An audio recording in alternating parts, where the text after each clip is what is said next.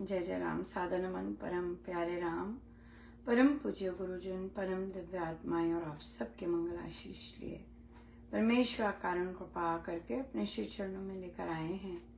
उनका बारंबार धन्यवाद, अनंत अनंत बार धन्यवाद, अनंत बार धन्यवाद।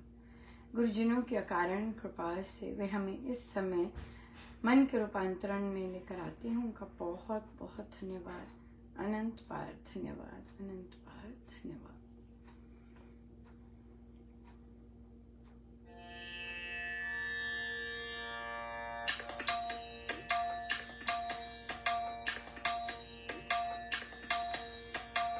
राम भज आंखें में धो दे जन्म जन्म के कीज। राम भज आंखें में धो दे जन्म जन्म के कीज। राम भज आंखें में धो दे जन्म जन्म के कीज। राम भज आंखें में धो दे जन्म जन्म के धो दे जन्म जन्म के कीज। धो दे जन्म जन्म के कीज। राम भज आंखें में धो दे जन्म जन्म के कीज। राम भज आंखें में धो दे जन्म जन्म के कीज। धो दे जन्म जन्म के कीज। धो दे जन्म जन्म के कीज। राम भज आंखें में धो दे जन्म जन्म के कीज। राम भज आंखें में धो दे जन्म जन्म के कीज। राम भज आंखें में धो दे जन्म जन्म के कीज।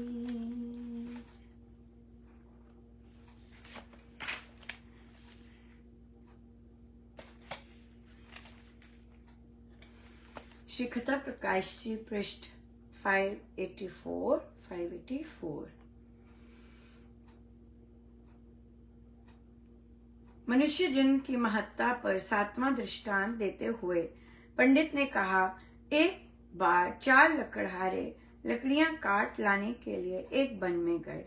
रोटियां पकाने के वास्ते आटा उनके पास था।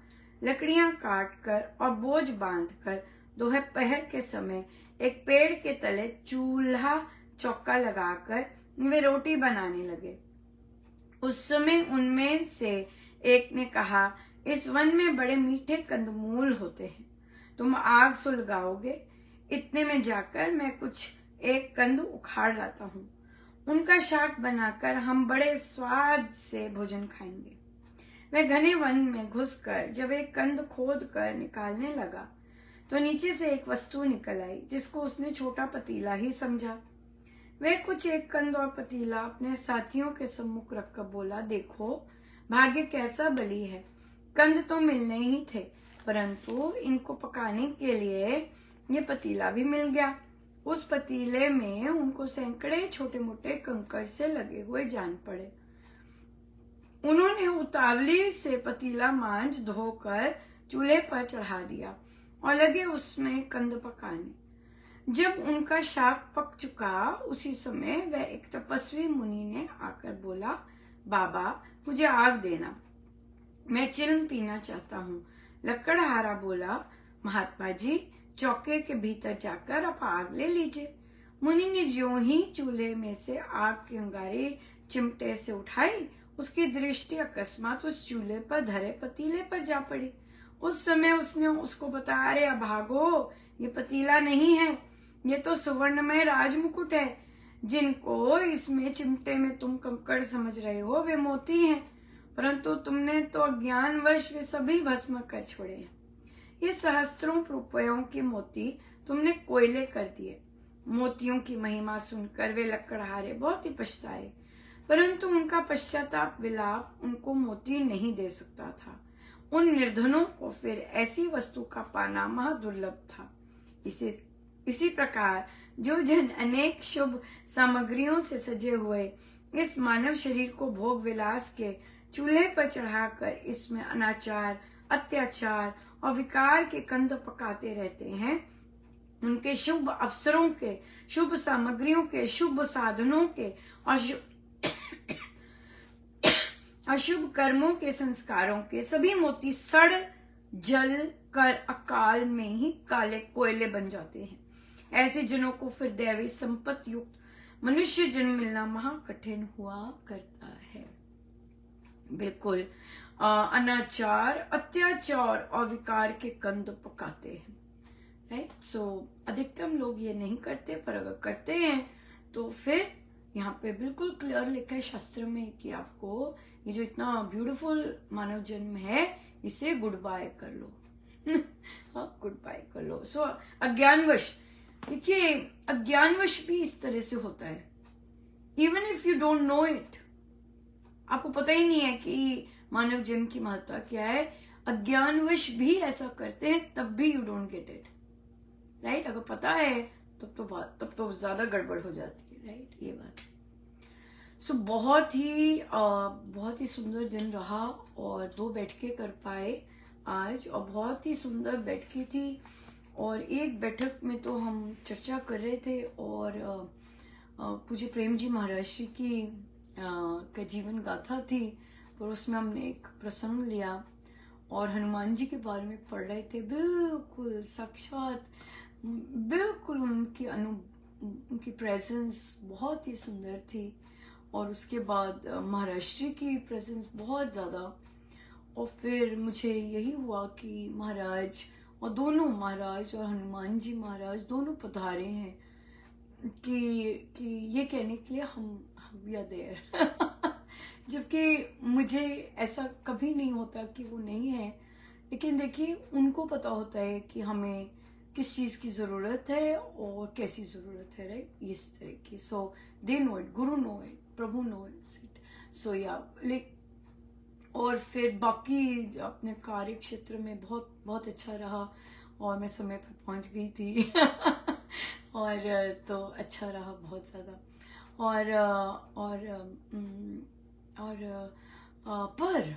पर तिरंगे अभी तक चल रही हैं, बहुत कल से चल रही हैं और बहुत ही स्ट्रांग चल रही हैं।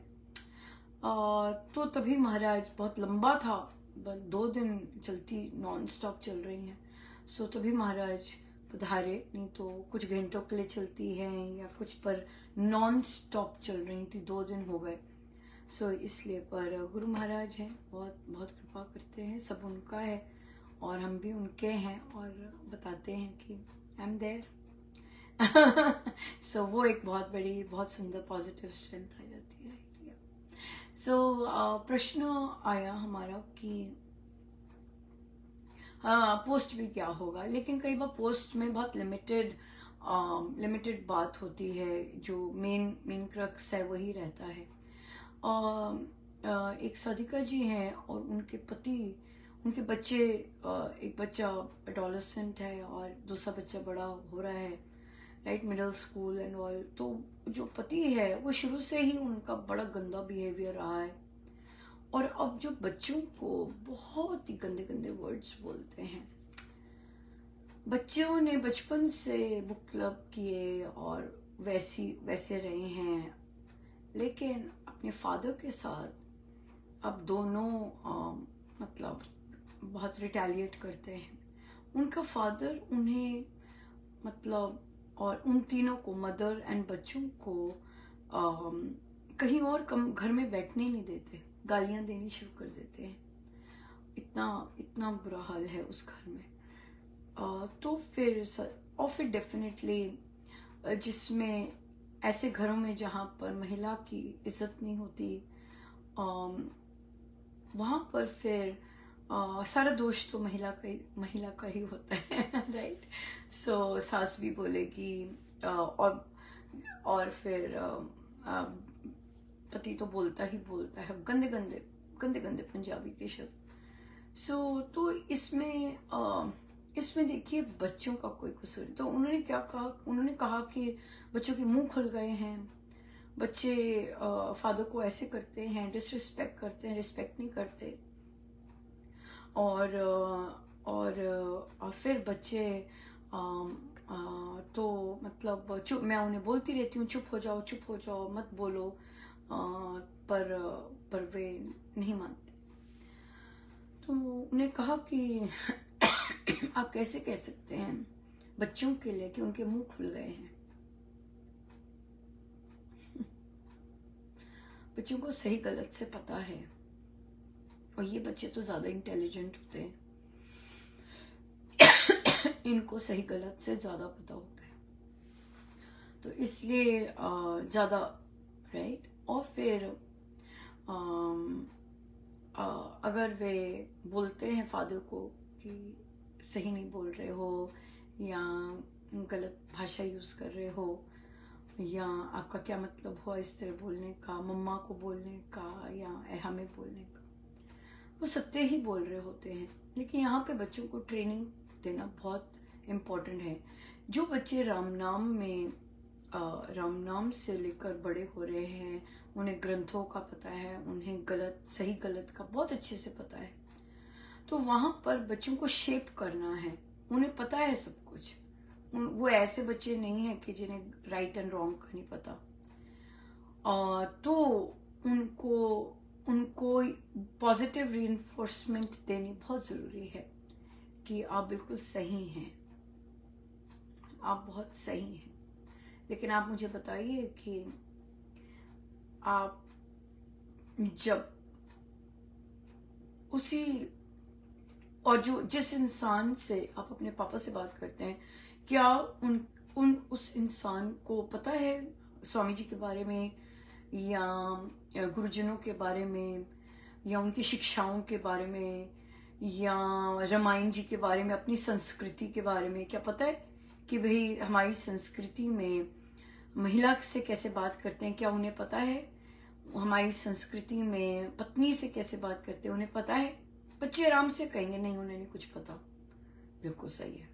देखा, तुम्हें पता है कि किस तरह बात करनी है, कैसे करना है, तुम्हें पता है, तुमने सीखा है। तो जब वो इस तरह से बात कर रहे हैं, अब मुझे बताओ उनके ऐसे बात करने से क्या कोई प्रॉब्लम सॉल्व होती है? कोई बहुत पॉजिटिविटी आती है? नहीं, पॉजिटिविटी नहीं आती। ऑफ कोर्स वो बताएंगे नहीं आती। तो फिर क्या आप भी फिर उसी लेवल पे बात करोगे? क्या आप जब उनसे ऐसी बात करोगे, क्या आप पॉजिटिविटी दे रहे हो, या आप पॉजिटिव रह गए जब आपने उसी ढंग से बात की? राइट? तो ऑफ कोर्स ज्यादातर तो बच्चों का मन ही नहीं करता है बात करने का अपने फादर के साथ, और वो मुंह तभी खोलते हैं जब फादर नॉनसेंस बोल रहा होता है। सो इसलिए बच्चों को बोलना है कि हर बॉल पे थोड़ी ना एक ही तरह का बैटिंग होती है ना। कई किसी बॉल पे किसी तरह की बैटिंग होती है, किसी बॉल पे छक्का लगता है, किसी बॉल पे चक्का लगता है, किसी बॉल को जाने देना चाहिए, है ना, ऐसी होती है। यही मतलब है ना कि जिस तरह का अटैक हो रहा है तो आपने कैसी बैटिंग करनी है, बात तो ये है ना। तो अगर आप हाई स्पीड की बॉल है, और तो फिर ये तो आपको देखना है ना कैसे आप अपना पॉइंट रीच करवा सकते हो। आप देखिए, जब अगला क्रोध में और गंदी गंदी बातें बोल रहा है, और आप अगर उन्हें कुछ बोलते भी हो, वो कोई सुन रहा है क्या? इतना ऊंचा ऊंचा बोल रहा है, कहाँ सुनेगा आपके? आप भी चीख रहे हैं, कहाँ सुनेगा वो? आप जो भी बोलना चाहते हैं कि आप गलत हैं, आपको ऐसे नहीं करना चाहिए, आप क्यों चिल्ला रहे हैं, अगर आपने यही बोलना है, वो कहाँ सुन रहा है? So if you want the other to listen to you, you have to find the moment when he's done. हाँ, सो सारी अपनी गेंदें, अपने सारा कुछ करके जब वो एग्जॉस्ट हो गए इस तरह बैठ के, अब उसमें एनर्जी नहीं रही है कि वो बोल सके, तो अब आप क्या करेंगे? जब वो बोलते गए हैं और वो चुप होके थक के चुप हो गए, नेगेटिविटी है, आप क्या करेंगे? पानी का ग्लास पिलाइए। अब क्या हो गया? पॉज आ गया, यू आर इन कंट्रोल, अगला पानी पी रहा है, अब बोलिए। कि पापा जी ये शब्द वैसे सही नहीं होंगे, अगर आप नेगेटिव भी बोल रहे हो सही नहीं होने वाले, क्योंकि आपने तपस्या नहीं की है। गंदी गंदी बातें बोलते हैं। और पापा जी आपका ये गंदे गंदे वर्ड्स बोलने से मैं गंदा बन नहीं जाऊंगा, मैं तो वैसे ही बनूंगा जैसे मैं चयन करूंगा और मेरे कर्म होंगे। ठीक है, तो आप अपनी एनर्जी बचा लीजिए, लेकिन आप अपने कर्म ही खराब कर रहे हैं।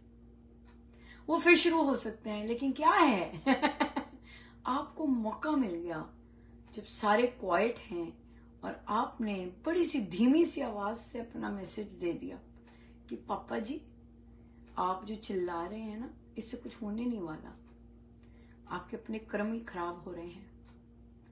राइट? और फिर और जो गंदी गंदी बातें आप मुझे और मेरे भाई को बोलते हैं वो सच तो होने नहीं वाली, क्योंकि सच तो वही होगा, बनूंगा तो मैं वही जो मेरे चयन होंगे। सो बच्चों को सपोर्ट देनी है, बोलना है कि नहीं तुम ठीक हो, लेकिन हमने ढंग सीखना है कैसे बोलना है ना। आपके पास बिजनेस पार्टनर्स होंगे, आपके पास कॉलीग्स होंगे, आपकी गर्लफ्रेंड्स होंगी, आपकी बॉयफ्रेंड्स होंगे। हाँ, तो ये तो ना कि आप लड़ते रहेंगे और ऊंची आवाज में अपनी एनर्जी वेस्ट करेंगे। नहीं, आप में और पिताजी में कुछ तो अंतर होना चाहिए ना। पिताजी तो कोई राम नाम का नहीं पता, कुछ प्रैक्टिस नहीं करते, पर आप तो करते हैं, चाहे आप छोटे बच्चे हैं। तो जब आप प्रैक्टिस करते हैं तो आप में और उनके बातचीत करने में कुछ तो डिफरेंस होना चाहिए। बिल्कुल होता है डिफरेंस। आप देखिए ये 40-40, 50-50 वर्ष के संचालक, इनको बात करनी नहीं आती, ये पीठ पीछे लड़ते रहेंगे, गंदी गंदी बातें बोलते रहेंगे। और हम जो प्रैक्टिस करते हैं, जो राम नाम लेते हैं, हम में और उनमें कुछ तो डिफरेंस होना चाहिए ना, पता लगना चाहिए ना कि भाई हाँ, मात्र सत्संग करने या यहाँ के हेड होने थे वहां के हेड होने में और राम नाम जो प्रैक्टिस करते हैं, अपने जीवन में अभ्यास करते हैं, कुछ तो डिफरेंस दिखना चाहिए ना बिहेवियर में, तभी तो बात बनेगी, है कि नहीं? बिल्कुल बात बनेगी। ये तो राम नाम लेने वाली महिलाओं को भी और अपने घर परिवार में भी ये डिफरेंस तो बिल्कुल दिखना चाहिए कि भाई देख लो, खुद को ही महसूस होना चाहिए कि मैंने इस तरह नहीं बिहेवियर किया, लेकिन मैं स्ट्रांग रही, अब मैंने बात की है, ये बात है। राइट? सो इसलिए घबराना नहीं है, घबराना नहीं है। हम बच्चों पे और लेंगे, हमारे पास 2-3 प्रश्न बच्चों के संदर्भ में आए हुए हैं और हम उन्हें लेंगे और देखेंगे कि बहुत, और मुझे कार्य क्षेत्र में भी देखिए, मतलब प्रभु ने ऐसे ऐसे एक्सपीरियंस लोगों के साथ बिठाया है जिन्होंने अपना जीवन इतना रिच, देखिए मेरे आज भी और कल भी मेरे टेबल पे हाईली स्पिरिचुअल लेडी जो प्रभु और इवल में डिस्टिंक्शन आराम से कर सकती अपने विचारों में ही, और 75 इयर्स, अमेजिंग, इतना शार्प ब्रेन, और बच्चों को पढ़ाती हैं और देखिए सीनियर क्लासेस को पढ़ाती हैं, 75 इयर्स, अमेजिंग बिल्कुल।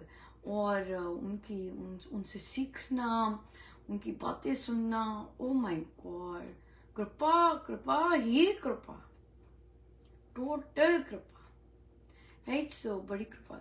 सो इसलिए हमें पता, प्रभु बिठाते ही ऐसे ग्रुप्स में इसलिए हैं कि हम सीख सकें, और जो सीख सकेगा, इतनी सुंदर बात बोलती हैं, कहती हैं बच्चों के आगे हम्बल रहिए, जो कि इस कल्चर में बिल्कुल ऐसा नहीं है।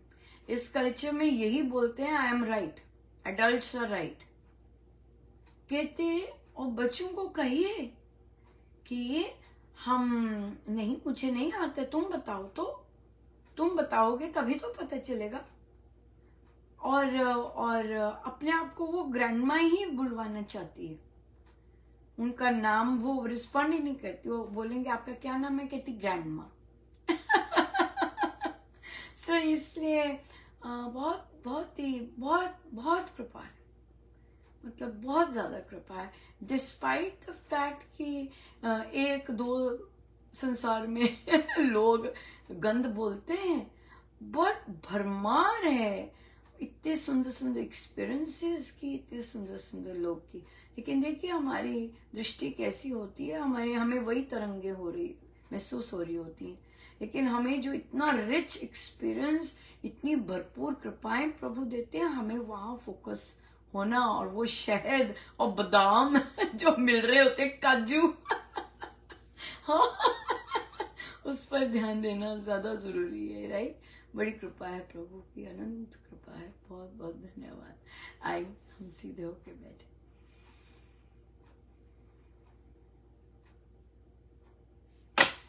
सब गुरुजनों का उनके श्री श्री चरणों में जय जय।